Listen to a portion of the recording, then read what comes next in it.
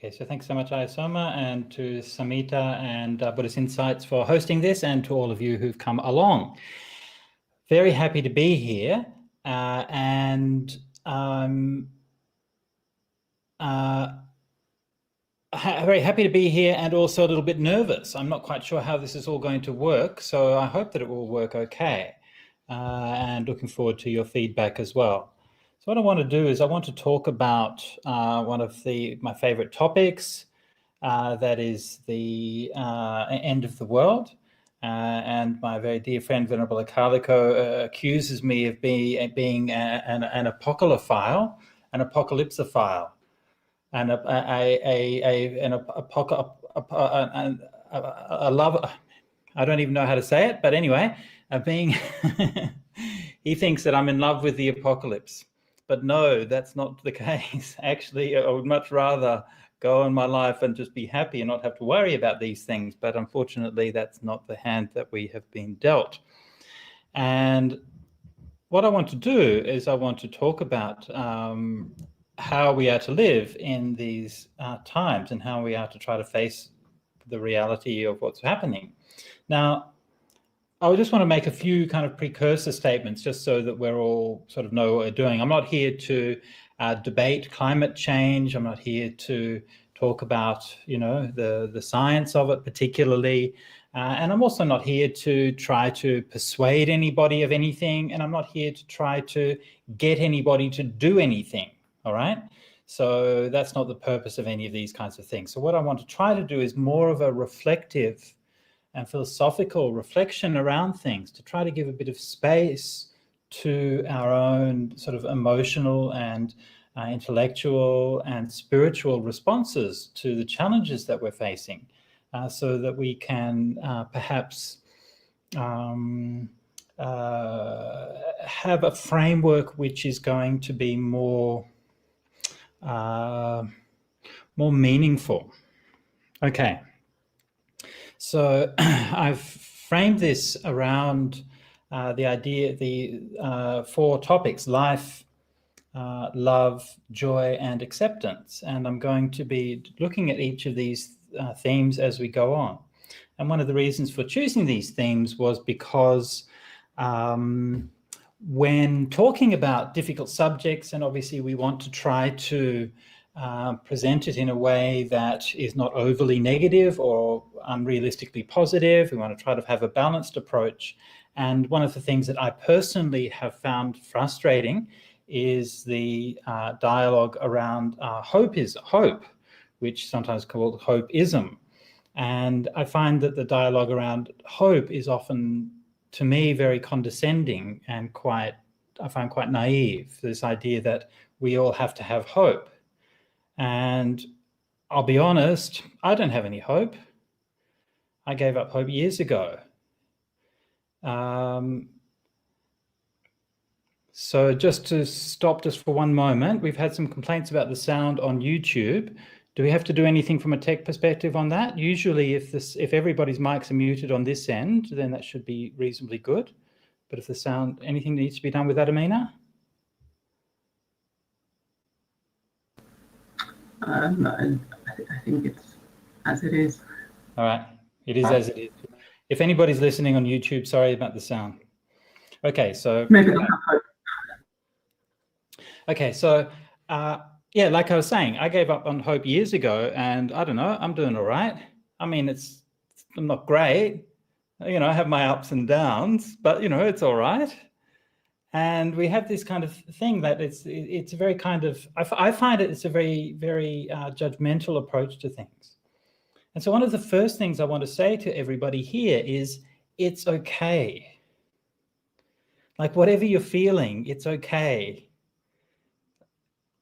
If you're feeling sad, it's all right. If you're feeling anxious, it's okay. If you're afraid, yeah, you probably should be. If you're feeling depressed, if you're feeling worried, to me, these are all very normal things, very natural responses.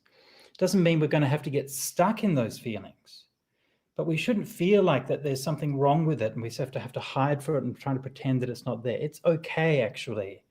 And I get much more worried if I speak to somebody who doesn't have any of those feelings. That I find is somewhat disturbing. And if you're not worried, then you're either A, enlightened, or B, in denial. And statistically speaking, just gonna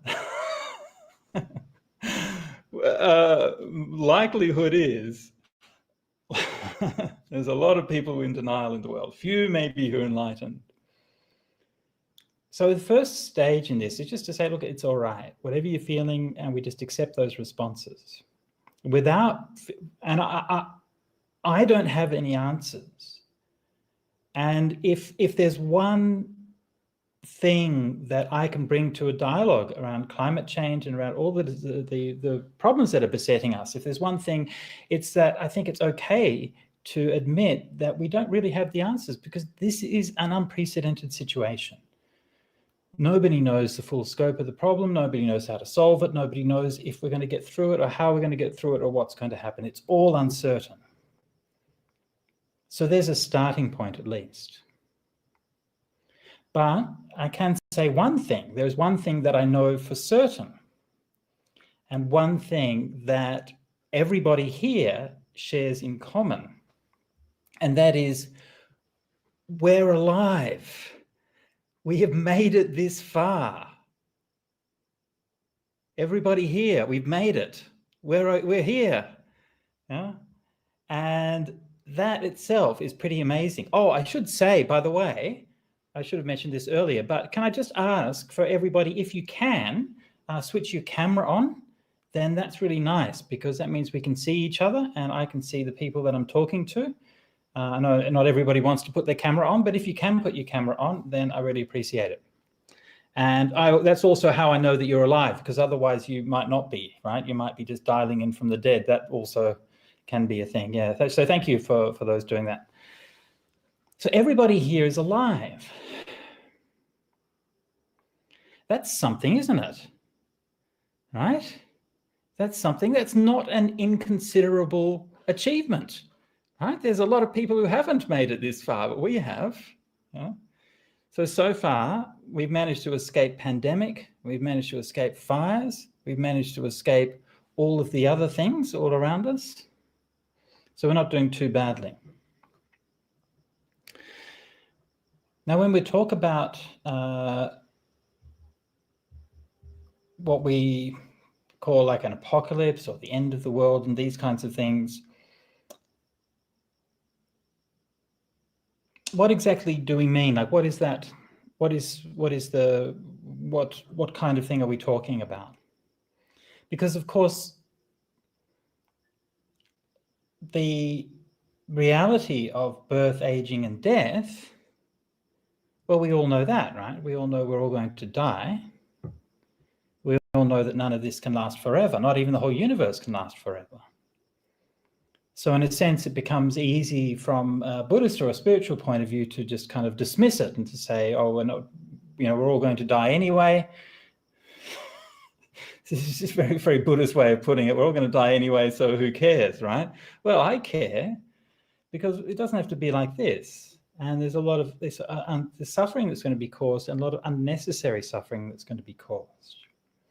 So what we have to do is we have to start to think in terms of what are the values and how we can build up values that are going to serve us in these times. The values that have served us up till now aren't going to keep working. Doesn't mean we throw everything out, but it means we have to reassess all the values that have mattered in our lives so far. Okay, I'll give you a bit of a simile. All right, so imagine we're in a car, and we are the kids in the back seat of the car. Mum and Dad are in the front seat of the car, driving. Dad's in the driver's seat. He's got his foot on the accelerator. This is a patriarchal car. And the car's going faster and faster. And the kids in the back seat are saying, hey, Mum and Dad, you realize you're driving towards this cliff. And they keep going. And Mum and Dad are arguing about something stupid. who paid for the restaurant last night, or who cleaned the bathroom, or something like that. And they get closer and closer, and the kids start to yell louder and louder, and they're screaming, "Dad, Dad, stop, stop, stop, we're going to go over the cliff." And they get louder and louder. Now, what happens there? At a certain point, they're going to go over the cliff, and that's it. They're finished. Now, at what point in that journey should they give up hope? I mean, should they just always keep hope? What about when the car smashes into the rocks at the bottom and everyone's died in a blazing inferno? Is that time to give up hope yet? What about if they're like a meter above the ground? What if they're 10 meters above? What if they're just going over the cliff's edge? Is that too late? Is that too late for them to do anything? What if they're 1 meter away from the cliff's edge, or 10 meters away? Should they still have hope then? What if they're 100 meters away? If they're 100 meters away, surely they can brake in time, right? They should be able to stop. If they're 10 meters away, well, maybe it depends on how fast the car is going and all of these things. So the point is that we never really know at what point the car is going to go over the cliff. But what we do know is that at some point, hope is not going to serve you anymore. There's going to be some point at which you're just finished. And what are you going to do then? What actually is left when hope is gone?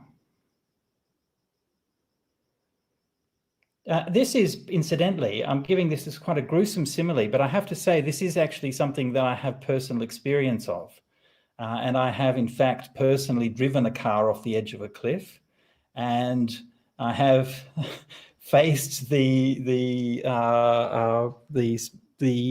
certainty of my own imminent death as a result of my own stupidity. Yes. Many years ago, in northern New South Wales, in the worst country roads in New South Wales. Yes, they were the days. Middle of the night, 2 o'clock in the night, heavy rain, driving along.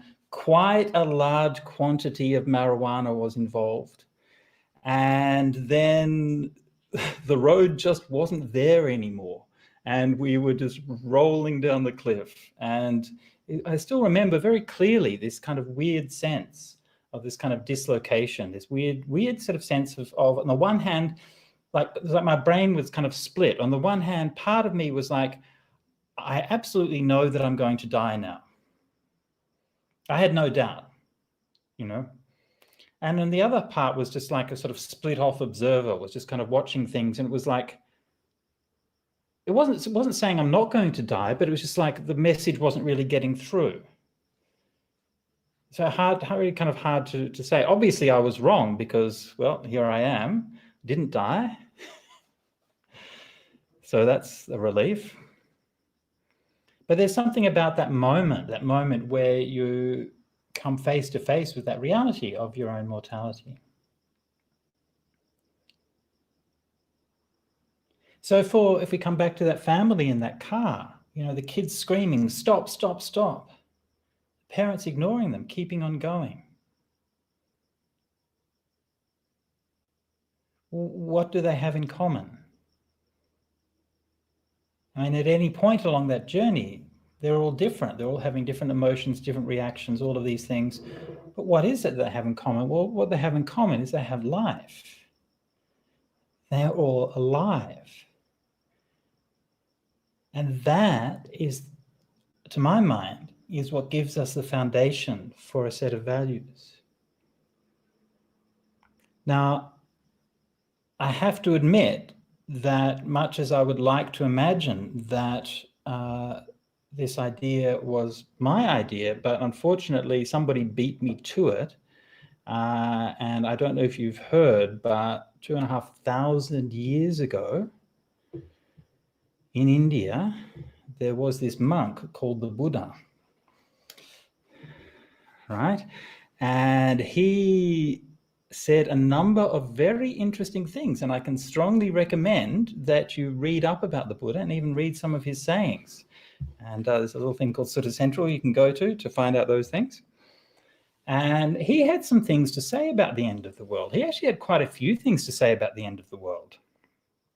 And one sutta that I'm thinking of in particular is a discourse called the Cakkavatti Sihanada Sutta in the Digha Nikaya. And in the Cakkavatti Sihanada Sutta, it talks about how society falls apart. I don't want to go into too much detail about this. It's not a sutta discussion, but about how society and culture falls apart, driven by greed, driven by hate, driven by lack of morality, people falling apart. So this, I think, is the first thing to notice, is that when we look at what are the causes for these things, yes, we can look at there are causes in terms of technologies and there are causes in terms of politics and all of these kinds of things. But the heart of it, this is a moral failing of humanity, a moral failing of humanity that we could have made better choices. We just decided not to. And when we understand it as a moral failing of humanity, we're all a part of that because we all made our choices as well.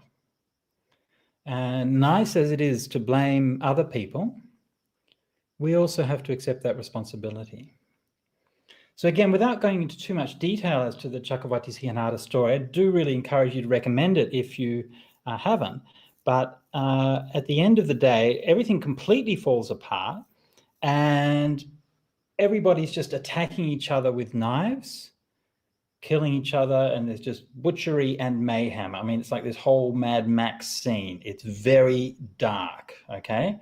And I know that Buddha is not known for his dark, grim and gritty stuff, but there's actually quite a lot in the suttas which is like that.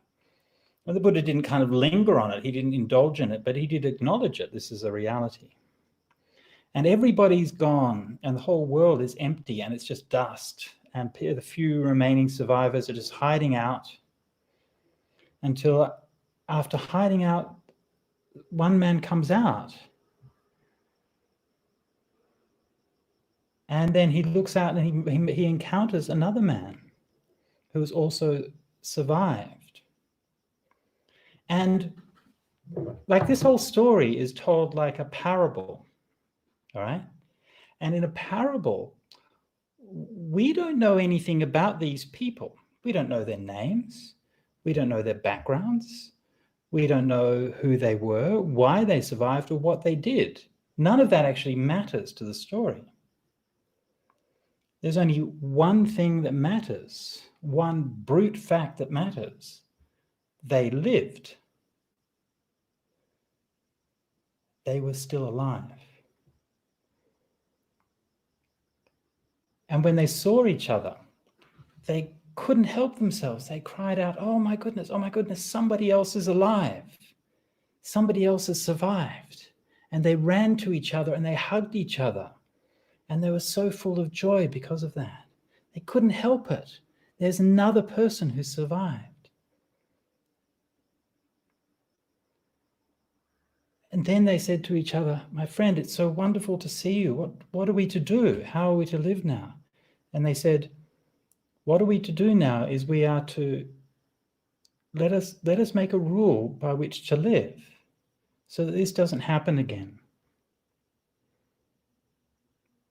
And let's take a moral precept. All of these things happen because of this collapse of morality, collapse of the ability of humans to live and to act because it was the right thing to do. Instead, we do things because it's productive or because it's efficient or because of whatever. But what's the right thing to do?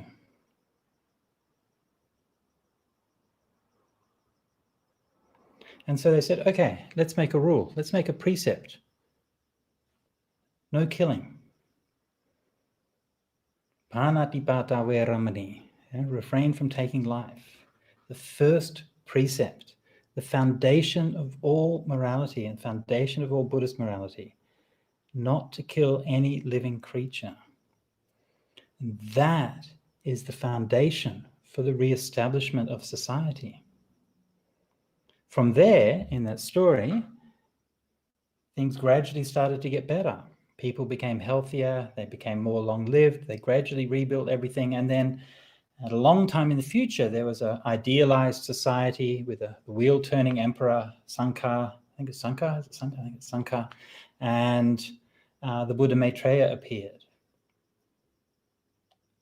So all of this thing, all of this potential and this possibility, all of this amazing flourishing and abundance comes beginning from this one act of not to kill. So this is, from a Buddhist point of view, to me, this is the foundation of everything in our response to this situation that we're starting. To look at and to cherish and to value life, and to ask ourselves, what does that mean? Like these things are so common, so taken for granted, that we don't really interrogate it. We don't really look at it and ask ourselves what it means. And I want to come back. I want to contrast this, what I'm talking about, with the situation that we're in now, and with the way that people talk about things now. See, like if we talk about climate change, we look at something like IPCC report. And the IPCC report lays out various pathways for the future, and the lowest pathway, I can't remember the names of the pathways now, but the lowest pathway leads to a future of a 1.5 degree rise. We're currently at about 1 degree or 1.1 degree. 1.5 degree rise is essentially just there to show that possible. It's not actually ever going to happen. It was more just as a demonstration thing. It's not, no one thinks we're actually going to stick to that. Then there's a 2 degree pathway, and I think a 3 degree and 3.5 or something. So a few different pathways leading to a few different results, depending on the choices that we're making. Now, this is all going to be revised in the next IPCC report, which is, or was supposed to be coming out next year. And this whole pathways thing has been treated in a much more sophisticated way. But I'm not here again, not talking about the details of the modeling. But what I want instead to do is to ask you to reflect on, what are the choices that we're being presented with? We're being presented with a future that either 1.5 degree, that's not going to happen, 2 degree, 3 degree rise. All of these are terrible. All of these are terrible futures. We're now at 1.1 degrees, and we have pandemics, we have fires, we have the collapsing ice sheets, we have the Himalayas melting, we have the Amazon is on fire, we have the barrier reef is bleaching. All of these, we can't even list all of the horrible things that are happening now at 1 degree or 1.1 degree. And what will happen at 1.5 degree or 2 degree is going to be so much worse. And that's the good outcome. 2 degrees is a great outcome at the moment. We're actually headed probably more for 3.5 degrees at the moment, if not more. And that's just by the end of the century. It doesn't stop at the end of the century. It keeps going. That's just a convenient marker. We just stop measuring it after that. It doesn't mean that the environment, it stops being falling apart then. All of these are terrible. Why is it that we've come to accept that we live in a world where we can only be presented from a range of terrible options? Seriously. Well, it's like we've shown up at a restaurant to eat and they said, well, here are your options for tonight. You can have cow shit, you can have horse shit, you can have dog shit. I think I'll stick with the cow for now. That sounds like the least horrible. Least, Why is it like that? Why are we in this situation? Why, when we're heading into the future, do we still decide to put our future into the hands of psychopaths? Seriously, why? Why do we let these people make decisions? Why can't we do it better?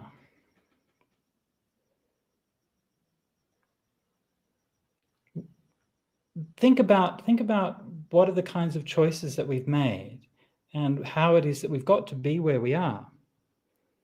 And we, as human beings, have created this incredible technological society. And the buildings around us are incredible. The computers we're using to do these things, the vehicles we travel in, all of these things are just amazing. All of these things we've done are incredible. Why is it that the cost of that is the earth? Why is it that we, with all of our effort and all of our energy and all of our ingenuity, can't create abundance? Do you see the problem here? Why didn't we use our technology to say, hey, let's make a better world? How would we be making a better world? And it's not as if this is just human nature. Absolutely. Human nature can do all kinds of different things. And, you know, just for myself, speaking here from Australia, and this land here is the land of the Permaculture people, the Eora nation. And the people here were custodians of the land, and they looked after it. And they nurtured it over thousands of years. And so that by the time the white people came here, the place was like a garden. And there was so much food going and fruit growing everywhere. The rivers are full of fish. Trees are growing tall. We could choose to use all of our knowledge and our technology to create a paradise. We could. Think of how much beauty that we could make. Think of the beauty that humanity is capable of creating. That could be our option. These could be the choices that we're having in the future. We could be asking ourselves, do we want to have a paradise where there are another 20,000 elephants roaming on the fields of Africa, or would we prefer to have a paradise where there are greater forests growing, or something like that? These are the choices that we could be having. We could be asking ourselves the questions of what kind of abundance and vitality and prosperity do we want to choose in the future? Because we could create that world if we wanted to, if we really valued life. But we've made different choices. Yeah? So to me, as a Buddhist and as a Buddhist monk, then this precept about not taking life, this is the number one precept. And this has to be the foundation for our values for the future. And if we want to make a future which is going to be abundant and flourishing for everyone and for all living creatures, then we have to start from that. And so if we ask ourselves the question, is the world going to end? And everybody answers, you know, this kind of very kind of shallow online dialogue about it, which I find it very kind of annoying. And some people saying, blah, blah, blah, we have to have hope. And other people are saying, blah, blah, blah, no, we don't have hope. And blah, blah, blah, we're all doomed. And all of this. Actually, it's all of that discussion is a load of nonsense. I mean, the reality is that it's just probabilities, right? I mean, there's a certain probability that we might make an end of things. We know that, right? We might make an end of things tonight, right? Forget about 100 years in the future, right? We created nuclear weapons. Don't forget that. And we gave them into the hands of Trump and Putin, both of whom could end life on Earth tonight if they wanted to. And there's not no chance of that happening. There's some chance of that happening. And so the chance that we, humanity, will end life on Earth cannot be zero. It's got to be something. Is civilization going to last? Is humanity going to last? Is it 10% chance? Is it 20%? Is it 50? Is it 80% chance? Is it 90% chance? Who cares? Why are we asking ourselves? Why are we allowing ourselves to have that conversation? Why is it any percentage at all? How is it acceptable that we as human beings will create the potential to end our lives, the lives of our children, our civilizations? How is that even remotely acceptable, even if the percentage is just 0.001%. That's already too much. We're asking the wrong questions. And the questions we need to be asking are, how are we going to create a life of abundance and flourishing in the future? How can we turn this around so that what really matters and what really values is at the forefront of everything that we do? So this is my first, if you like, life hack for you all this evening. And so this is the idea. The point about this life hack is that during this whole time, right now, next year, in the future, we're going to go through all of these different feelings, all of these different emotions, all of these different states. We're going to be, forget about it. We're going to be depressed. We're going to be anxious. All of these things are going to happen. But as long as we're still here, we are still alive, and we can still cherish our own life and cherish the lives of others. That gives us a foundation for how to act. And it gives us a guide for the kinds of choices that we're going to make.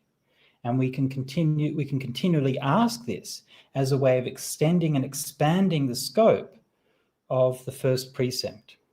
So rather than just the first precept, of course, in a narrow sense, am I killing anything? But in a broader sense, does this choice lead to more life in the creation and abundance of life?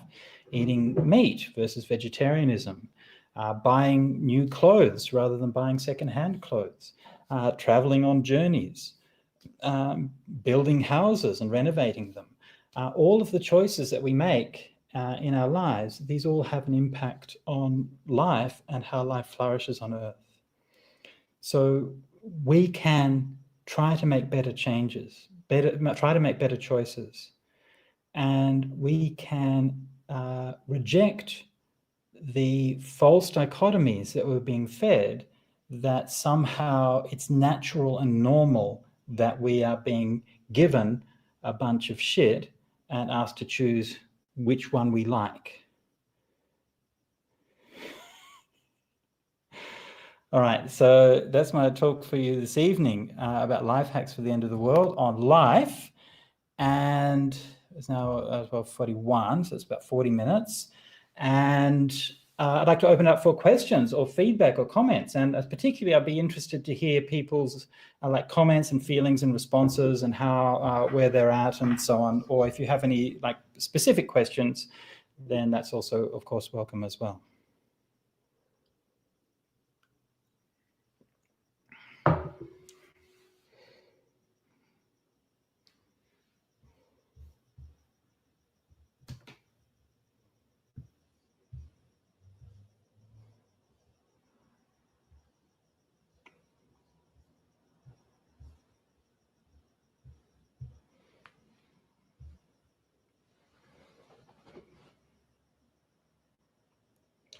So we'll begin with a question by Ayasoma, because I know that she'll never be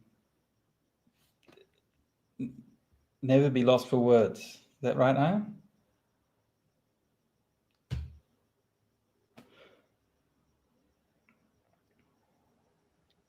You're putting me in the spot, Bhante. I was reflecting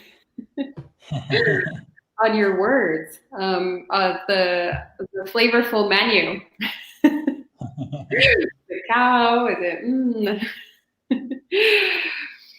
So I need a few moments to digest. Good. Yeah, I was thinking that. Yeah. And but I am. My mind is. I'll get there. I'll have a question for you very soon. But perhaps someone else here has other questions before me. Yeah. So, I mean, just to sort of by way of reflection, you know, I like my trip last year. So most of these folks that we're seeing here from Europe. So this is where I was. Saw them when I flew out from New York. But when we were in New York, of course, we had the. I'm just trying to think what was the particular climate change calamity. Oh, that's right. There we were fleeing the California wildfires, so that happened, and then arrived in New York, and that's right. And then there was the snap cold. So then we were there, and the gas was off. So that was cold showers in the sub-zero temperatures in New York. So thanks for that. That was a great experience. And and that's right. We were in Rockaway, which had been flooded in Hurricane Sandy, right? Yes, correct. Yeah. And actually, we just moved to New Jersey, and my first comment was like, "Oh, it's great that there are no hurricanes in New Jersey," and there was just a hurricane a few weeks ago. And apparently, these days now it's twice a year that there are several devastations actually in the area where we are. So. It's getting worse and worse pretty much everywhere. There's no space, in that shape or form. Yeah.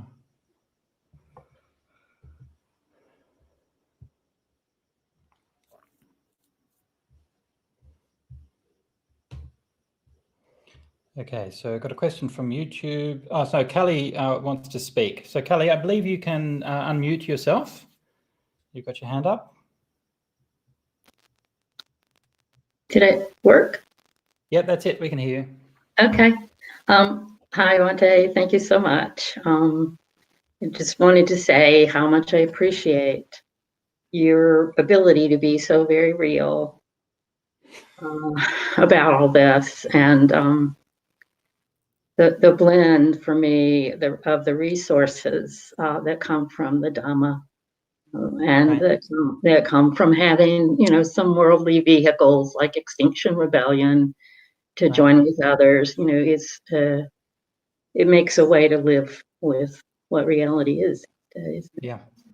Thank you so much for continuing to speak as you are. Yeah, thank you. That's really kind, and that really means a lot, Kelly. Because, when I'm doing these things and I'm trying to teach these things, I don't know what I'm doing, and I just have to try to figure it out. And we actually talked about this years ago, part of a group here in Sydney called Australian Religious Response to Climate Change. And one of the big things that we all had, and this we shared right across the Christians, the Jews, the Muslims, the Hindus, everybody. And we had we all shared this problem that these are matters of great moral urgency that we need to present to people. But at the same time, how do we do that? People are used to hearing us talk in a certain way about certain kinds of things. And I could sit here and give my 1000th talk about metta meditation, and everybody would be quite happy to hear that, right? That would be great. But these are things we need to talk about, and how do we do it? We just have to try it and see, So I really appreciate the fact that people sort of give me the opportunity to do it. Yeah. Okay. Any hands up from the audience? No. Okay. So one from YouTube. So a question from YouTube, talking about being environmentally friendly. What do you think of the movement in some circles on permaculture in Australia? So look, I don't know too much about it. I'm familiar with the general philosophy on permaculture, and I think that's great. But I'm not really sort of up on the movement as such. There was, incidentally, little known fact about me was that I briefly flirted with the idea of becoming an organic farmer before I became a monk. And I lived and worked on a organic farm in Penang for a few months shortly before I became a monk. So it is something I've been interested in for a long time. And permaculture seems like it's good, and I really encourage people to do that. And maybe Ayasoma has some words to say, because I know that you were growing some vegetables in the Rockaway. Do you have a place to do that in the current monastery? Yes, thank you, Bhante. Well, actually, we had a little attempt at growing things this spring, as many did in the United States, but actually it was not as successful as in the Rockaways due to a lot of different conditions, like a lot of wildlife and the hurricane and whatnot. But we're actually in the process of designing together with a nice volunteer who was finishing permaculture design course. Our dream is to transform the 2.5 acres of lawn at Empty Cloud Monastery into a food forest. So yeah, so it's definitely something that is both useful. It's food for humans and the entire wildlife here. Here, now that we moved to the suburbs, it's incredible the amount of wastefulness that there is, and the amount of pesticides that go into creating these artificially maintained lawns, and it's pervasive. It has taken over the entire natural habitat, which means that all the wildlife is starved. So it's our dream is to do it. Sorry to interrupt, Aya, but just what do you mean by the wildlife there? What kinds of things? From the deer all the way to the rabbits, to the bees, to any type of insects. They're starved, and when they actually find anything to eat, so pollens, etc., they also ingest a lot of chemicals. So they're being exterminated, which is, of course, it also affects humans in terms of our food supplies and the planet itself. So there's high pollution of all the water sources here because everybody uses artificial fertilizers that then cause algae overgrowth. So our, approach is to lead by example and offer our space to turn it into something that is more of a natural environment, with the idea that our neighbors here will copy and paste, hopefully. So creating a new trend. So yeah, if you have more grow food, not lawns, is a great motto that we definitely stand for here. Yeah, good. We actually have a community garden here in Harris Park in Sydney, not far, just a couple of blocks away from where we are. And we were planning to actually get our community to go down and do some help out there. But then, of course, all of this happened, and then that didn't happen. So it's still on the to-do list. Yeah. But I do think that one of the things that's really important, just like it's really important to do practical things, We've also talked about doing maybe like a sewing circle or something like that. And just we need some ordinary basic practical skills. Yeah. Okay, so another question from YouTube. So somebody said, one of my daughters tells me she doesn't want to have children because she doesn't want to bring them into the world as it appears to be heading. It's so sad, isn't it? What would you say to her? What I would say, well, what would I say? I would say, yeah, I'd say that's really sad, but it's very understandable. And I would say to her that she's not alone, and that this is something that, young women and couples are thinking about. Should she do it or should she not? This is not something that I could say. But I think it's really important to, when people, especially when young women are feeling this way and are having these thoughts, it's really important to take them seriously, and that they shouldn't be dismissed, and they shouldn't be, we shouldn't just kind of marginalize it. It's actually a very serious thing, and again, to me, is like a point of reflection of how did we do this? How did we create a world where I gave live streaming is on. Live streaming is on. So some of the people here were at my retreat in Belgium last year over the New Year period, and at that time the bushfires in Australia were in their full guardian on this particular issue, and that was a lady called Gemma Carey, and these were articles on the Guardian newspaper, and you can search for them and find the articles, that she was in Canberra when the bushfires were at their height, and she was having about to have a baby, and she talked about this, and she talked about how she too didn't hold out any hope for the future, and she's a sociologist.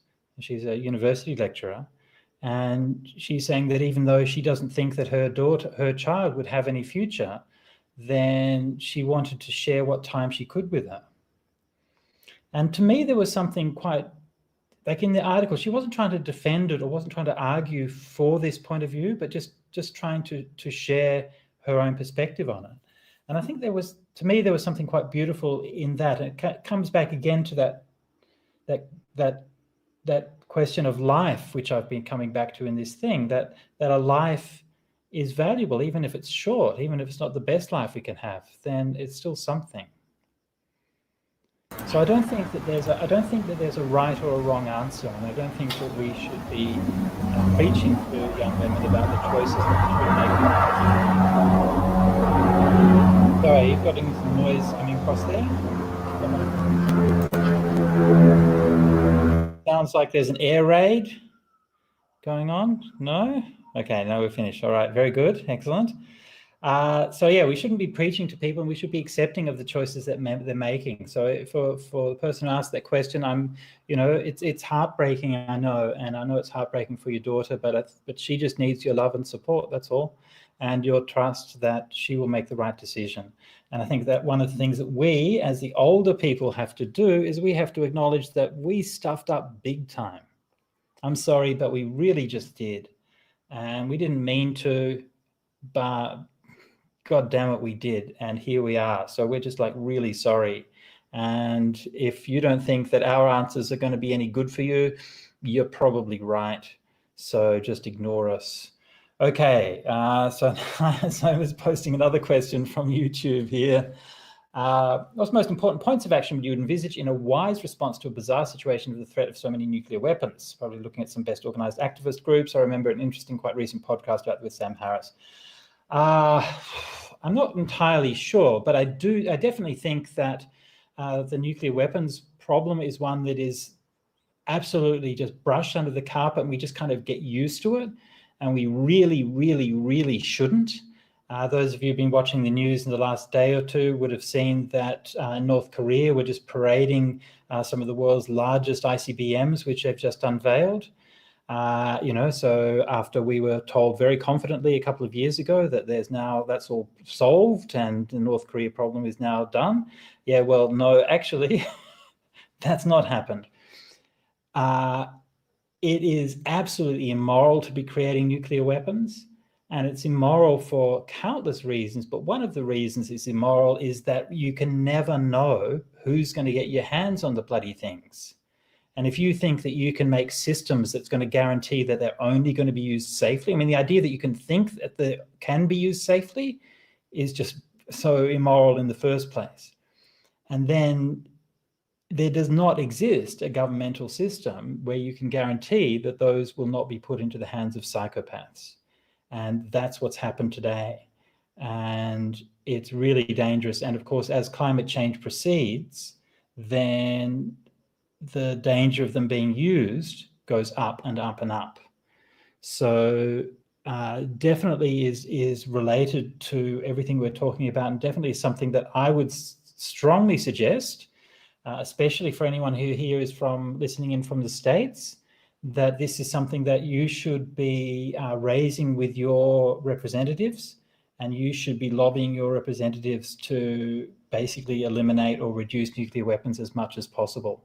And especially, if in the event of a democratic government in the next term, then please take advantage of that and make sure that this issue doesn't go just under the weather. I know that there were a lot of disarmament talks under Obama, and that this needs to proceed, and it needs to be taken really, really seriously. So I don't have any specifics because I haven't been involved in that area, but I do have. There is a friend of mine who comes to the talks in Sydney, and he works full time in this field. It's one of the few people who actually works full time in the field of nuclear disarmament.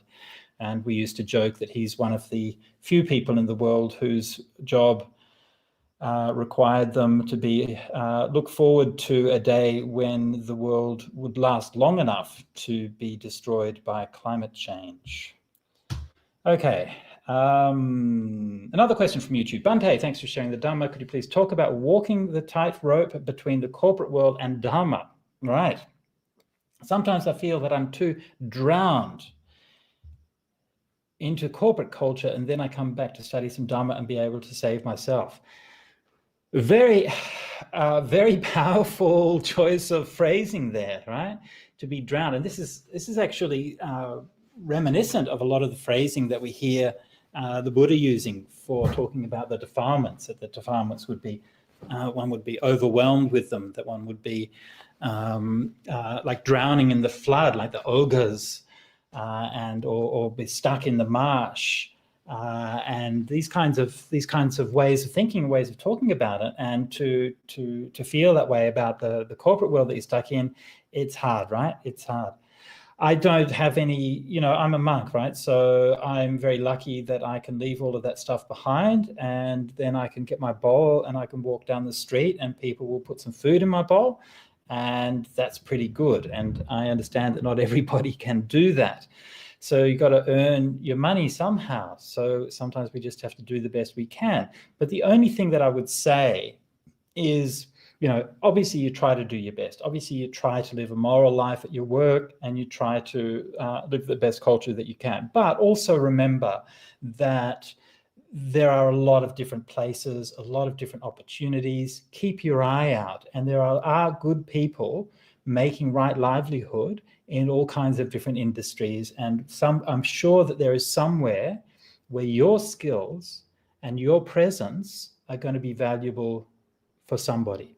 So keep your eye out, even if you can't find something right now. And if you feel that, I don't know what your circumstances are, so I'm not sure if you're,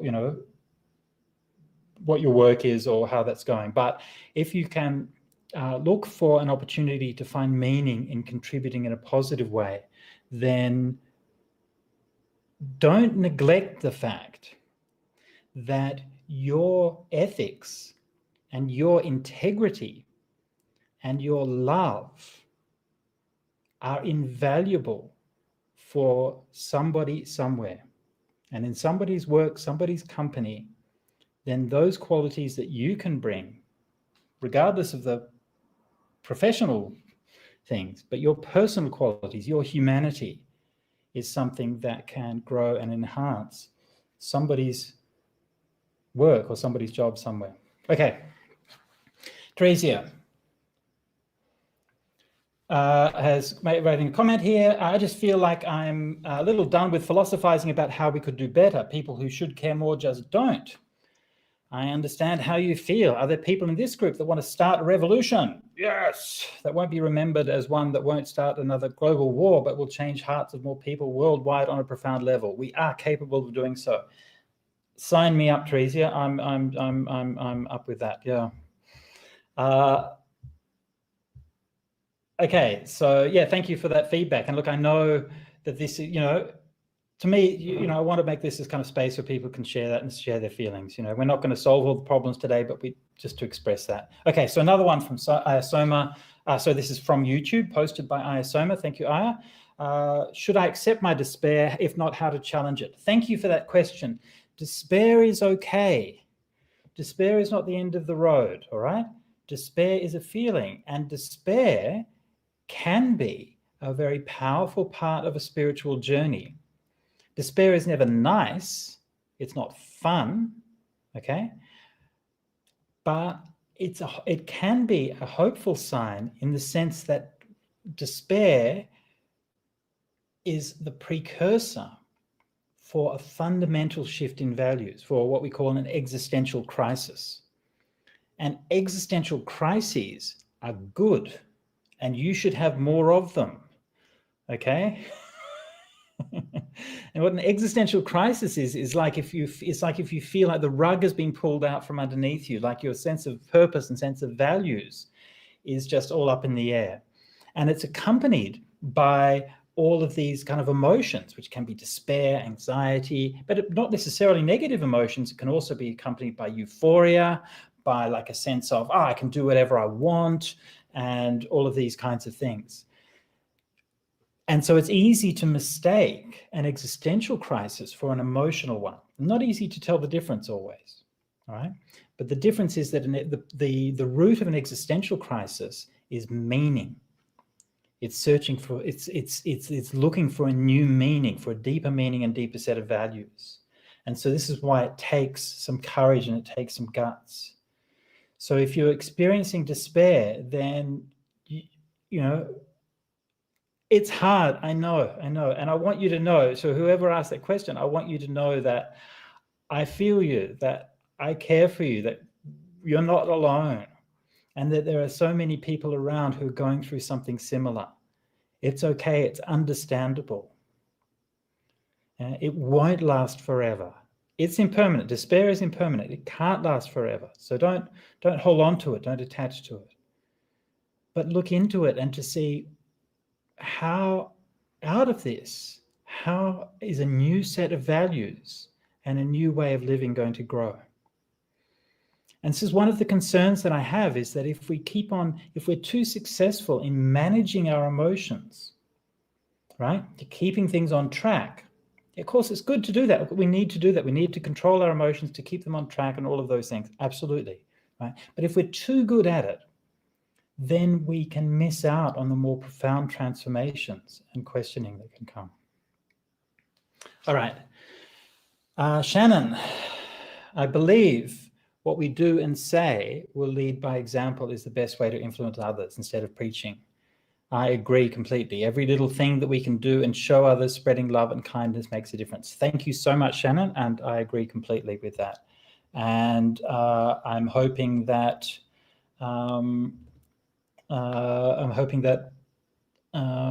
that the people who are here and the people who are on this chat and this session together will understand that.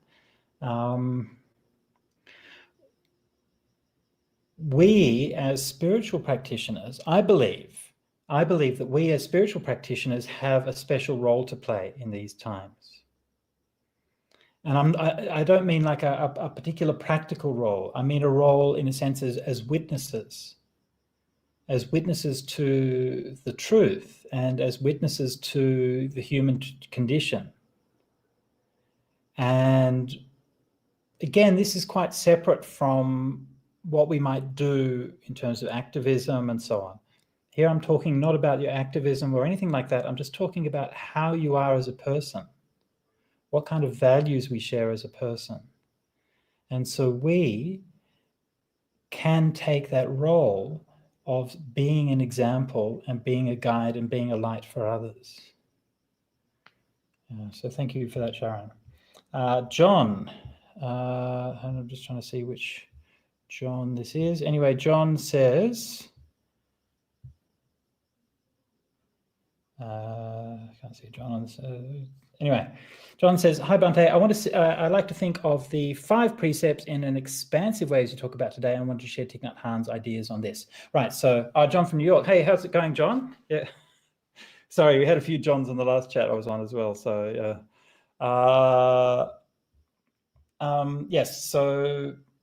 yes, Thich Nhat Hanh also expanded this. And one of the things about what Thich Nhat Hanh's doing is he's actually restoring a lot of the meaning of these 5 precepts that are found in the suttas. And of course, you know, when the Buddha was teaching about morality in the suttas, he wasn't just talking about not killing, but was also talked about, you know, a much more expansive approach to it. And one of the lines in the description of this precept, it says, one dwells with a heart full of compassion for all living creatures.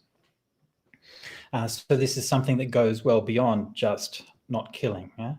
And so this precept on not killing, to me, is something which is a constant call of how we can live better, how we can live to value and to cherish all life more fully and more abundantly and more totally.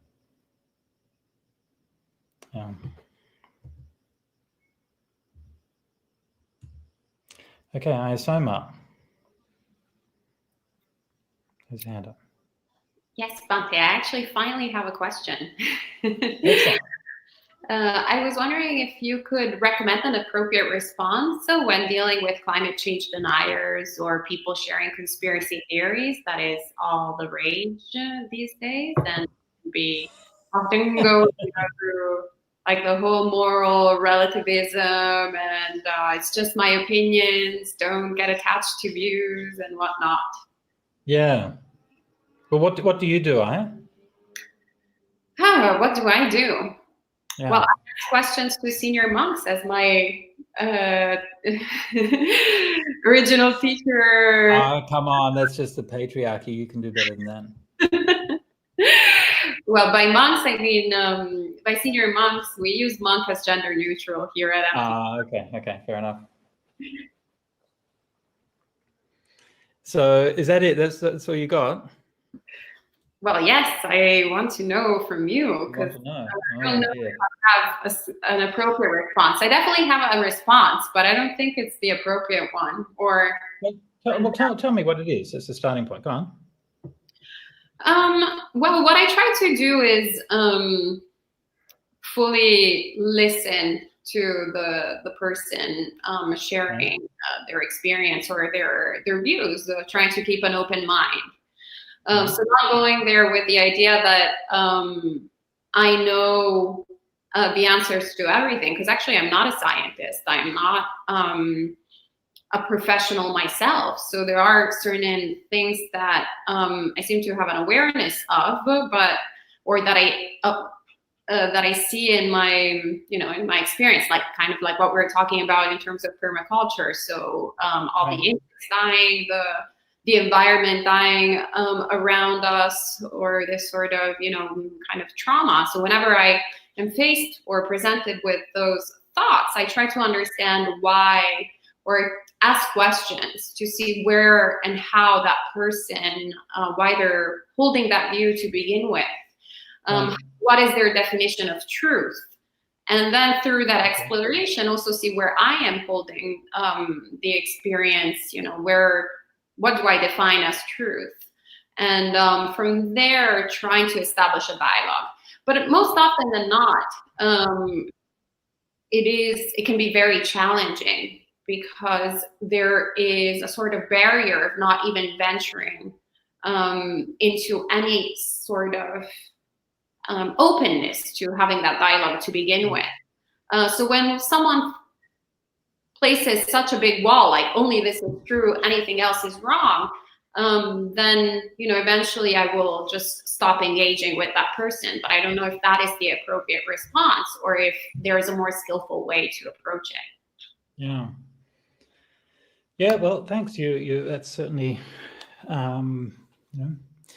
mentioned a lot of the issues there. I mean, I think obviously it depends a lot on context, right? So I mean, if it's somebody who is your in your family, your immediate family, then that's different. And somebody you have to be with, and then for some people we have an unconditional relationship with, and somehow we have to work that out. And a lot of people do it by avoidance, as was one of the methods recommended in the Sabbasava Sutta. And that can happen. And as you said, like reaching out to people. I mean, one of the things there is that, yes, reaching out to people and trying to communicate them, obviously that's the best way, right? What you outlined there is the best way. Try to listen to what their view is, try to bring them on board, try to find common ground and all of those kinds of things. That's the best way of doing it. The problem, however, is that while you're doing that, you're not doing all of the other things that you could be doing, starting with doing some nice meditation, or even like sweeping up the vihara, or whatever it might be, right? We're not doing all of these other things. And it can be a tremendous drain of time and emotional energy to actually give all of this time for not much in return, because at the end of the day, we can end up actually just in the same state as before. So I think that, I don't think that there's a black and white on this, but I think that people should feel that it's okay to just not engage with people who are like that, right? It's all right to say, okay, look, I just don't want to talk with you about it. Yeah. And that's very much the approach, especially that we take online and on our forum, on Discourse. We banned climate change deniers. And that was something that I requested for the moderators, simply because it's just exhausting, and it's just a waste of time.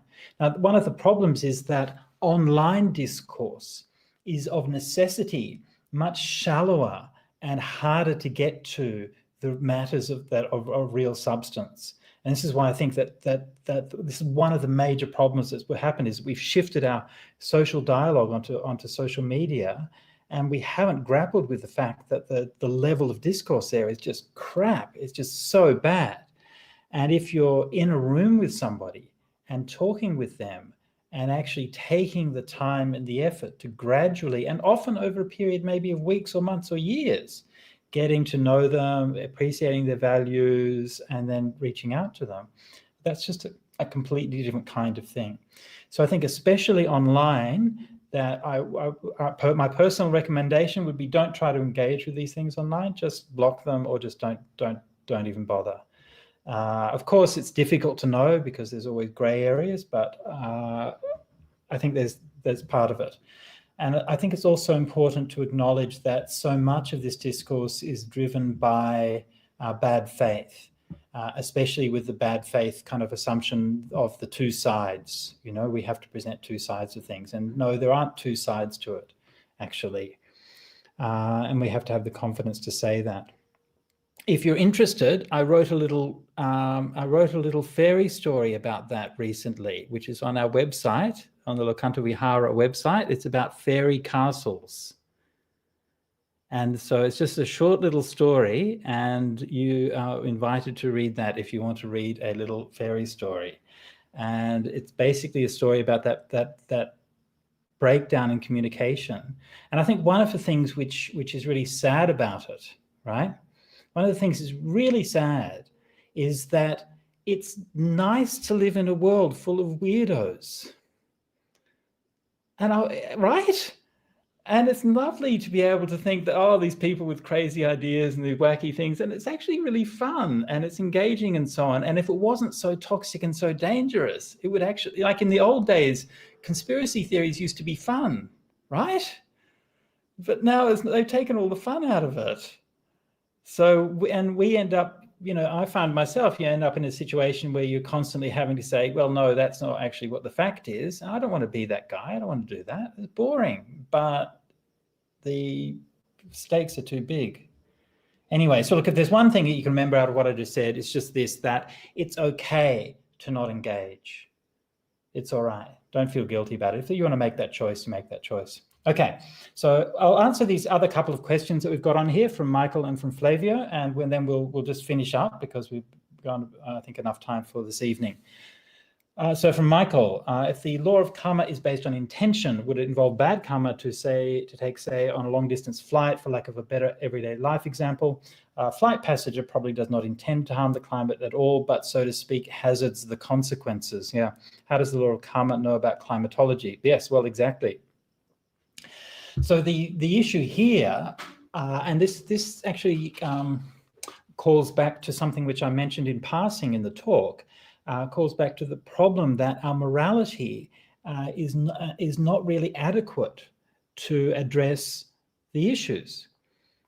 I don't mean to say that the teaching on karma or something is wrong, but I'm just trying to say that the way that we've been thinking about it is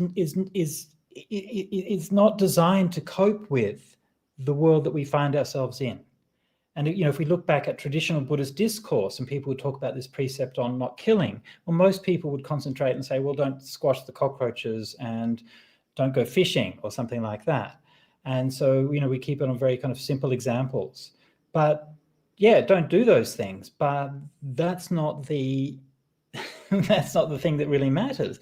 We're killing whole species, we're destroying whole rainforests, we're wiping out the whole communities of fish in the ocean, all of these terrible things that we're doing. Surely that matters. And of course, the indirect link. So one of the things to understand here is that the fact that the links are indirect is not an accident. Okay, so to give that example of going on a flight, there's an indirect link between going on a flight and destroying the environment. And we can't say that bird died because I was on the plane. Well, maybe we can if the bird got sucked into the jet engines, but we can't say that this frog in this rainforest died because I took my flight. Right? It's an indirect link. That's the point. That's why the system was built.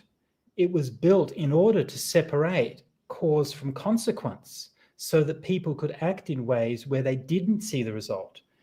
You know, and a very obvious example of this is factory farming, where, you know, in the past, if you killed an animal to eat it, you killed it and you saw the blood and the guts and you saw that this is a creature whose life came to an end. But now we're so separated from that. We don't even know what it's like. Most people don't even know what a factory farm is like. So the system has been built in order to make that separation. And so one of the things that implies is that our response to it has to be systemic. It can't be based on just individual choices. We have to change the system. And so the law of karma is, just to come back to the original question, is based on intention, but that intention also has a positive intention as well as a negative intention. So on the negative intention would be the intention to kill, right? And so we can say, and someone's taking a flight, then they don't have that intention to kill. But the positive, the intention is the intention to, is the inverse of that, the intention to promote the flourishing of life. And that intention present, right? Is that how we're living? Are the choices that we're making choices that are in line with the intention to promote the flourishing of all life? Or is it just because I want to get away with it, right? I can get away with it on the precepts and say, well, I'm not deliberately killing, right? Yeah, you can get away with it because that's not the kind of thing that the precepts are for, right? The precepts are just a kind of checklist of some basic moral rules. So to create positive karma is to not think of morality in terms of what can I get away with, but to think of it in terms of what can I do? What can I create? How can I be better? How can I live a better life? Okay, so Flavio. Dear Bhante, thank you for your talk and for these fresh perspectives. No worries. I'm very happy to be able to share that with you. I'm a little bit confused by how much I can do, how much you should do. I know exactly what you mean. I too am very confused by this and I don't know. And I always feel every day that I should be doing more. And I think I should be giving up more. And then I look around and think, what am I going to give up? I don't know. But anyway, it seems to me like in your simile with the car that a lot of things are out of our control. Yes, right. A lot of things are out of our control, but that's also the system, right? And this is why we can't see these things independent of the system. The purpose of the system is to take things out of your control and to tell you that you're in control, to tell you that you're empowered, to tell you that every voice makes a difference, to tell you that you can make a change. And this is the things we've been fed so often in our democratic societies. But actually we end up being powerless. And what's strange about it in our modern times is how much we get this discourse of powerlessness, even from the leaders, even from the heads of state and the ministers. And these people are giving us this doctrine of powerlessness. I mean, I've heard this directly from the Prime Minister of Australia, directly from the Environment Minister of Australia. They're telling me that they don't have the power, that they can't make enough change, right? And so we've been told our whole lives that we can have this power, and yet who has that power? No one, apparently. Yeah, this is how the system is built. Yeah. The last thing that remains to do while driving close to the edge of the cliff seems to be cultivate mental virtue, but certainly not a bad thing to do. What do you think about that? How can we cultivate it in our daily life? Sure, you know, coming to the edge, be the best person that you can. If you're in that car with your family, say to them all, I love you. If you're the one who's in the driver's seat with your foot on the accelerator, say, oh, look, I'm really sorry, guys. I should have paid attention. When you were yelling back there, I should have noticed. Okay, I acknowledge that now. And that's the least we can do, right? So from a Buddhist point of view, again, the idea that things are out of control should be a familiar one, right? This is a teaching on not self. Right? We can't control and we can't fix everything. So what can we do? Well, again, come back to, we can choose what kind of person we want to be. We can choose how we want to live our life. At least we have control over that. And if we have control over that, then if we die in that state, then I think we're not doing too badly. So at least we've got control over that. Okay, we should probably finish up there. And I really want to thank everybody for joining in the conversation. I want to thank especially once more Samita and Buddhist Insights for hosting this, and for Tresia and Amina for the help. And special best wishes and blessings for Wimala. Everyone, please, Wimala has been ill, has been in hospital. So hopefully everyone, can we do some metta for her?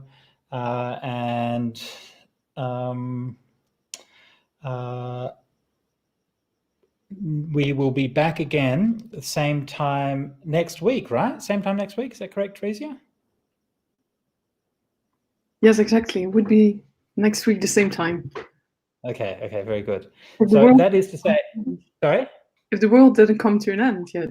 I was going to say exactly the same thing, right? So if we survive till next week, then we will be back again for the talk. And so my talk for next week will be on love.